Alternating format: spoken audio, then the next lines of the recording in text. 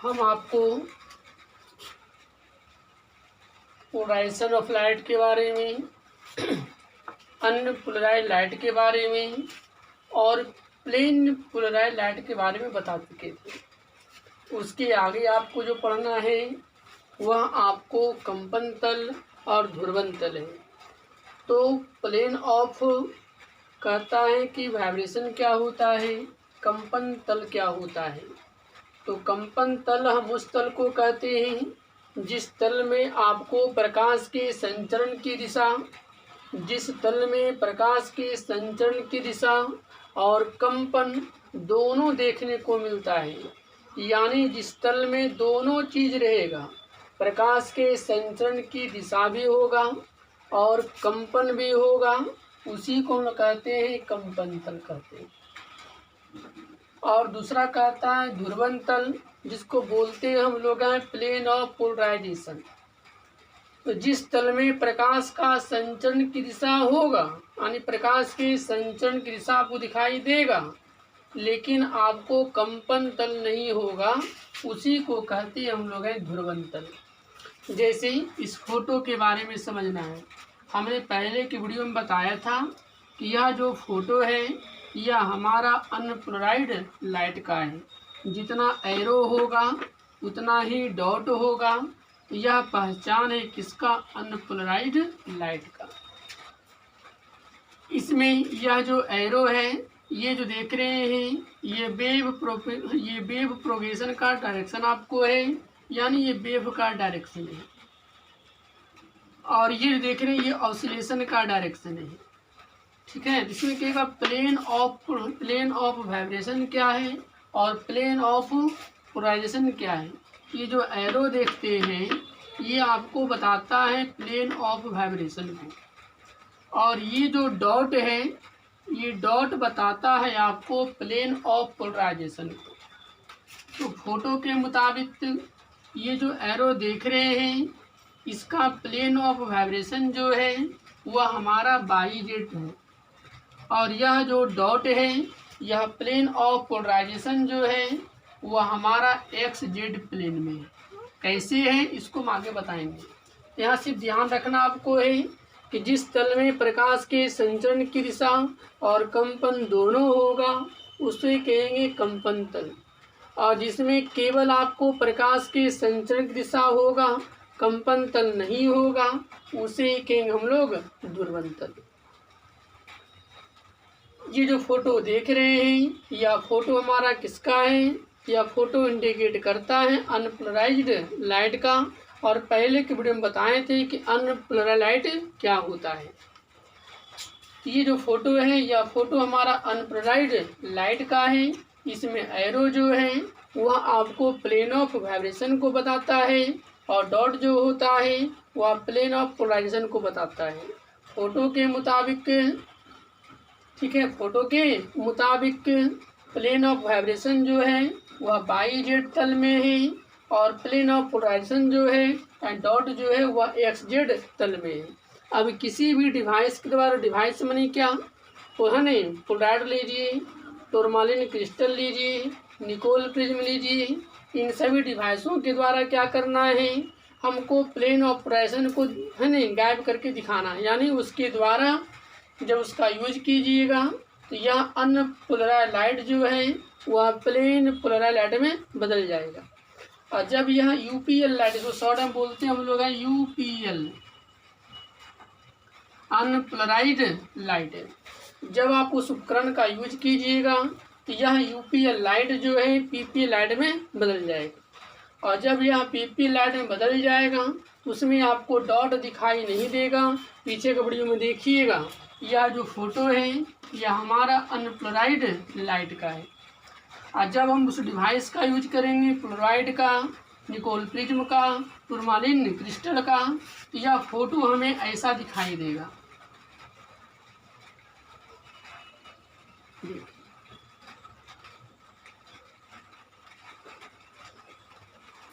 उसमें आपको डॉट दिखाई नहीं देगा। जब डॉट दिखाई नहीं देगा तो यह फोटो बताता है हमें पीपीएल लाइट का, पीपीएल इसको बोलते हैं हम लोग हैं प्लेन पोलराइज्ड लाइट। तो समझना इसको अच्छा से ही।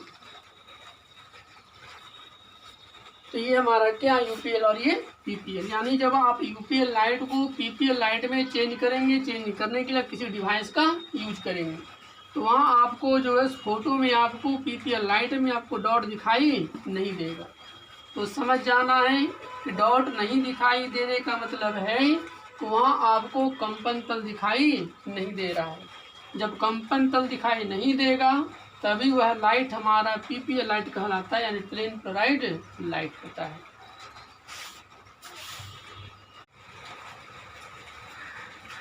अब आपको समझना है आगे मेलस का नियम कि मेलस का नियम क्या है।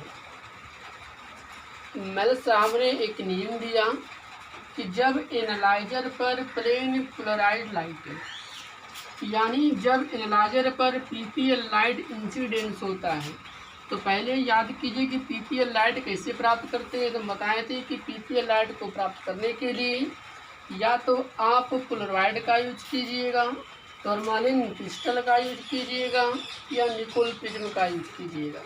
इस फोटो को समझिए, या जो फोटो देख रहे हैं या फोटो हमारा अनपोलराइड लाइट का है, उसको आप इस प्रकार से दिखा सकते हैं या इस प्रकार से दिखा सकते हैं।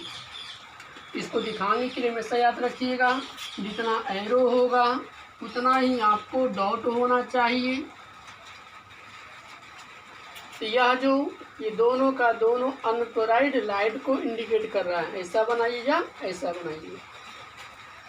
अब ये हमारा जो है ये वेव प्रोपेगेशन का डायरेक्शन है, और वेव प्रोपेगेशन के डायरेक्शन में हमने क्या किया, एक टूरमालिन क्रिस्टल को रख दिया। या जो देख रहे हैं यह हमारा टूरमालिन क्रिस्टल है। पीछे हम बताए थे कि वह जो होता है हेक्सागोनल होता है। तो जब कहता है कि वेव प्रोपेगेशन के डायरेक्शन में हम टूरमालिन क्रिस्टल को रख देते हैं, तो इससे कहता है इससे जो प्रकाश गुजरेगा, यहाँ से लाइट जाता है यूपीएल लाइट है, पर कहता है कि जब यह लाइट आपको टूरमालिन क्रिस्टल से गुजरता है तो वह लाइट हमारा पीपीएल लाइट में बदल जाता है। फिर से समझना है, या दोनों का दोनों फोटो हमारा जो है अनपोलराइड लाइट का है, इस प्रकार से इंडिकेट कर सकते हो या इस प्रकार से इंडिकेट कर सकते हो। जितना एरो होगा उतना ही डॉट होगा। ये पहचान है अनपोलराइड लाइट का।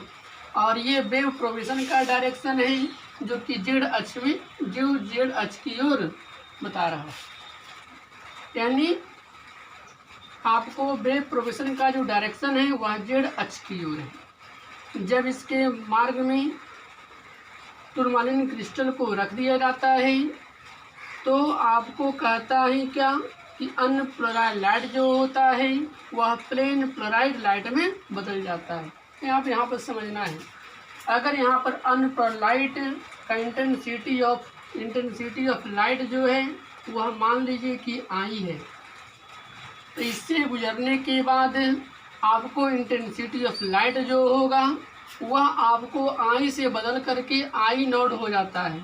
लेकिन वह आई नॉट जो हो गया उसका मान जो होगा इस यहाँ पर के इंटेंसिटी का हमेशा आधा होता है, यानी यहाँ जो आपको इंटेंसिटी ऑफ लाइट जो प्राप्त होगा वह आपको I/2 प्राप्त होगा। और जब इसके आगे हम पुनः फिर से एक टूरमालिन क्रिस्टल को रख देते हैं, टूरमालिन क्रिस्टल को रख देते हैं, तो जब इसके आगे पुनः एक टूरमालिन क्रिस्टल को रख दीजिएगा, ये कहलाएगा एनालाइजर और ये कहलाएगा पोलराइजर। तो आपने देखा क्या कि पोलराइजर का काम क्या था, यूपीएल लाइट को पीपीएल लाइट में बदल दें। और जब यह पीपीएल लाइट जो है वह एनालाइजर पर इंसिडेंस होता है, यानी एनालाइजर से होकर के गुजरता है, तो यहाँ पर इंटेंसिटी ऑफ ट्रांसमिटेड लाइट जो होता है वह मेलस के नियम के अनुसार इंटेंसिटी ऑफ लाइट जो होता है वह I=I0 cos स्क्वायर थीटा प्राप्त होता है। इसी को कहा जाता है मेलस का नियम। उसी को हमने यहाँ पर लिखा है कि जब एनालाइजर पर प्लेन पोलराइड लाइट पड़ती है तो इससे निर्गत प्रकाश की तीव्रता जो होती है वह I=I0 cos स्क्वायर थीटा होती है, जिसे मेलस का नियम कहते हैं। तो पुनः फोटो को समझा देते हैं, ध्यान दीजिएगा। तब यहाँ से समझ गए ये दोनों का दोनों, ये भी टूरमालिन क्रिस्टल है और ये भी टूरमालिन क्रिस्टल है। यह हमेशा हेक्सागोनल शेप में होता है, यानी टूरमालिन क्रिस्टल का शेप हेक्सागोनल होता है।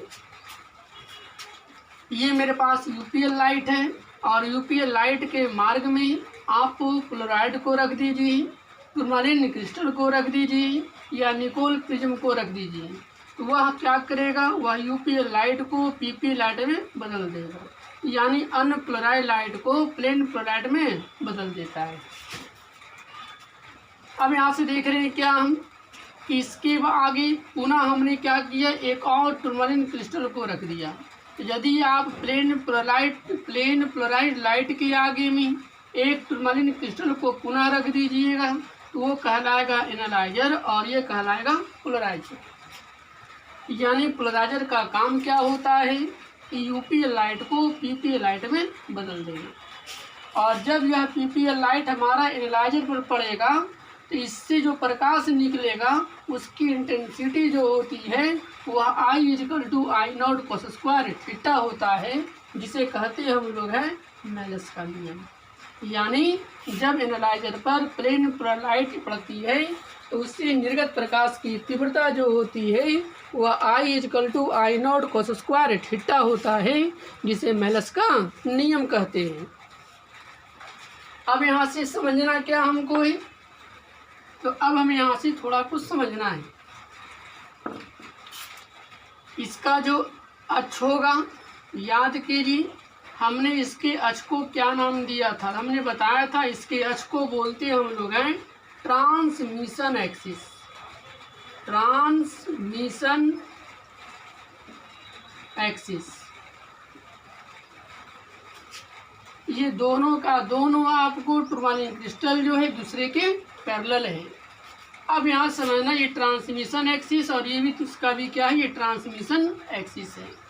अब इसको क्या करते हैं कि इसको हम जो है जेड अक्ष के अनुदिश रोटेट करते हैं।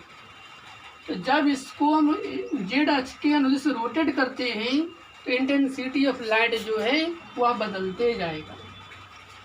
तो समझना यहाँ से ये पोलराइजर का एक्सिस है, ये जो देख रहे हैं ये पोलराइजर का एक्सिस है।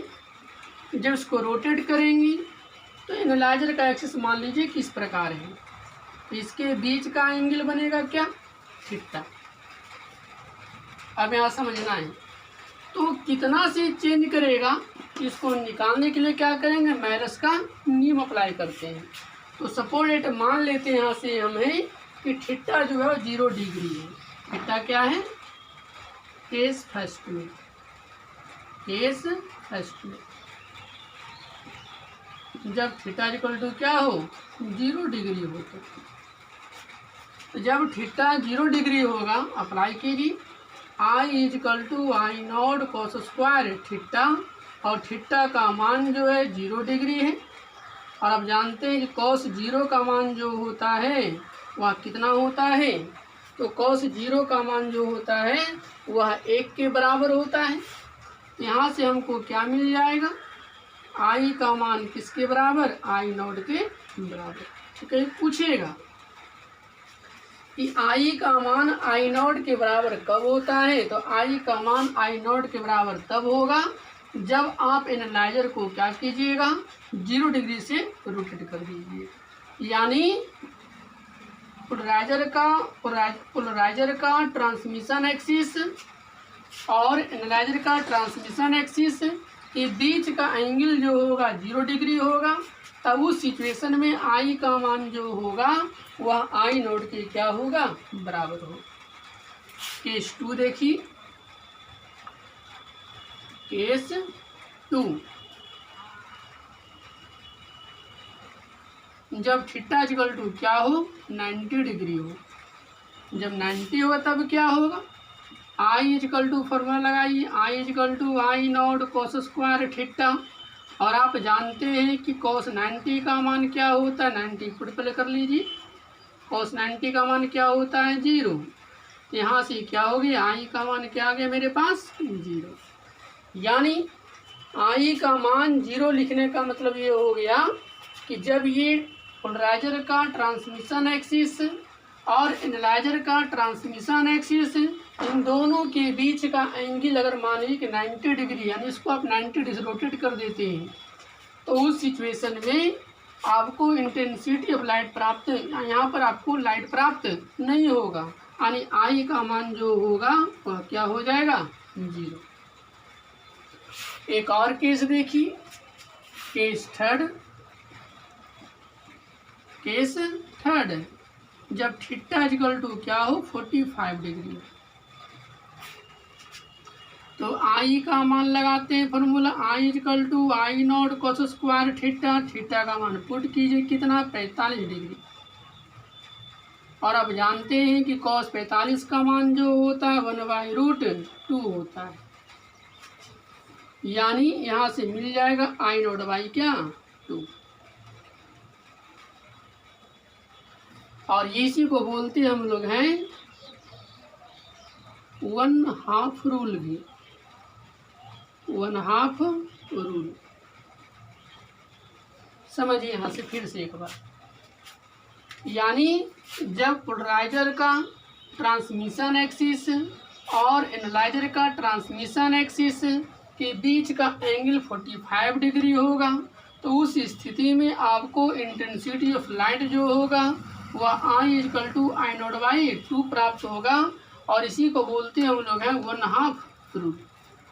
तो पूरा बात फिर समझा देते हैं, मोटा मोटा बात ध्यान से समझना आपको है कि क्या हम कहना चाह रहे हैं। पोलराइजर का यूज हम कब करते हैं, तो पोलराइजर का यूज हम तब करते हैं जब यूपीएल लाइट को पीपीएल लाइट में बदलना हो। आप पोलराइजर के रूप में आप पोलराइड का यूज कर सकते हो, टूरमालिन क्रिस्टल का यूज कर सकते हो, या निकोल प्रिज्म का यूज कर सकते हो। यहाँ पर ये जो है ये यूपीएल लाइट है, और यूपीएल लाइट के आगे हमने क्या किया, एक टूरमालिन क्रिस्टल को रख दिया। जब इससे आपको यूपीएल लाइट गुजरेगा तो यह यूपीएल लाइट जो होता है पीपीएल लाइट में बदल जाता है। और जब पीपीएल लाइट के आगे हम क्या करते हैं, पुनः एक टूरमालिन क्रिस्टल को रख देते हैं, तो यह जो है पीपीएल लाइट के आगे में जब टूरमालिन क्रिस्टल को रख देते हैं, तो यहाँ से कहता है गुजरने के बाद हमें जो इंटेंसिटी ऑफ ट्रांसमिटेड लाइट जो होता है वह हमें आई नॉट कॉस स्क्वायर थीटा प्राप्त होता है। इसी को कहते हैं हम लोग हैं क्या, मेलस का नियम। अब क्या करना है, ये जो टूरमालिन क्रिस्टल है इसके एक्सिस को बोलते हैं हम लोग हैं ट्रांसमिशन एक्सिस या क्रिस्टलोग्राफिक एक्सिस ही बोलते हैं। अब ये दोनों जो टूरमालिन क्रिस्टल होता है एक दूसरे के पैरेलल होता है। अब इसको क्या करना है, एनालाइजर को क्या करना है, जेड अक्ष के अनुदिश घुमाना है। तो जब घुमाइएगा तो क्या होगा, इंटेंसिटी ऑफ लाइट जो होगा आपको बार बार चेंज करेगा। तो मान लीजिए कि उसको हम घुमाते हैं कितना से 0 डिग्री। 0 डिग्री बोलने का मतलब है कि पोलराइजर का ट्रांसमिशन एक्सिस और एनालाइजर का ट्रांसमिशन एक्सिस के बीच का एंगल कितना है 0 डिग्री है। तो उस सिचुएशन में आपको इंटेंसिटी ऑफ लाइट जो होगा वह आई नॉट प्राप्त होगा।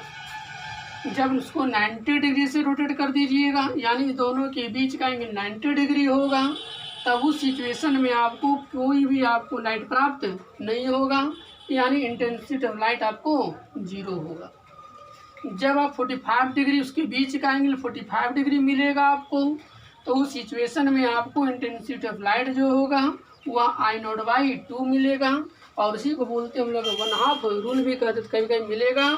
तो 1/2 रूल क्या होता है, तो 1/2 रूल में क्या हो गया कि जब पोलराइजर का ट्रांसमिशन एक्सिस और एनालाइजर का ट्रांसमिशन एक्सिस के बीच का एंगल 45 डिग्री होता है, तो इंटेंसिटी ऑफ लाइट जो होता है वह आई नॉट बाई 2 प्राप्त होता है, जिसे 1/2 रूल भी कहते हैं। इसके आगे आपको हम कल बताएंगे।